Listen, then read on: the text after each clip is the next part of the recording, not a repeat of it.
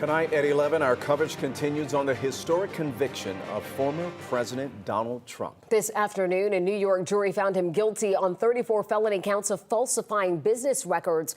The records tied to a hush money payment made to adult film star Stormy Daniels to cover up an alleged affair with her. So what's going to happen next here, and what kinds of punishments could the former president actually face? Tonight, 11 Alive's Cody Alcorn spoke with an Emory law professor about all the possibilities.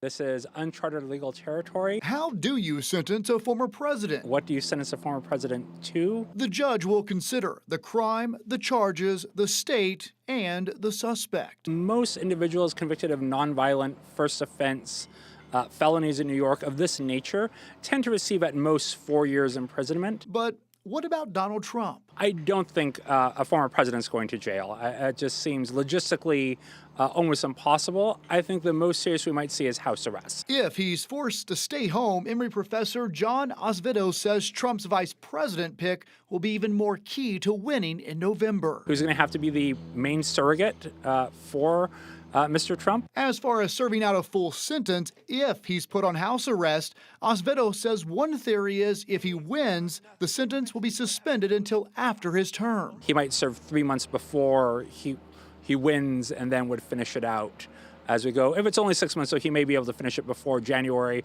and Inauguration Day. The bottom line, So there's a lot of unknowns here. and the president may not face any type of confinement. He could also just be sentenced to a fine, and all of this is high rhetoric with a very easy solution. Well, the former president is scheduled to be sentenced on July 11th. Meanwhile, the former president faces 3 more criminal cases that haven't been tried yet. The first is a federal case out of Washington, D.C., where Mr. Trump faces 4 charges accused of conspiring to overturn the 2020 election. The second is a case brought in federal court in South Florida, where he faces 40 counts stemming from an alleged mishandling of classified documents. And finally, the election RICO case here in Fulton County, brought by District Attorney Fani Willis, in which the former president and more than a dozen co-defendants are accused of conspiring to overturn President Biden's 2020 win here in the state of Georgia. To read more about the former president's charges here in our state or his conviction today out of New York, just head over to our website, 11alive.com. You can find full coverage right at the top of our homepage.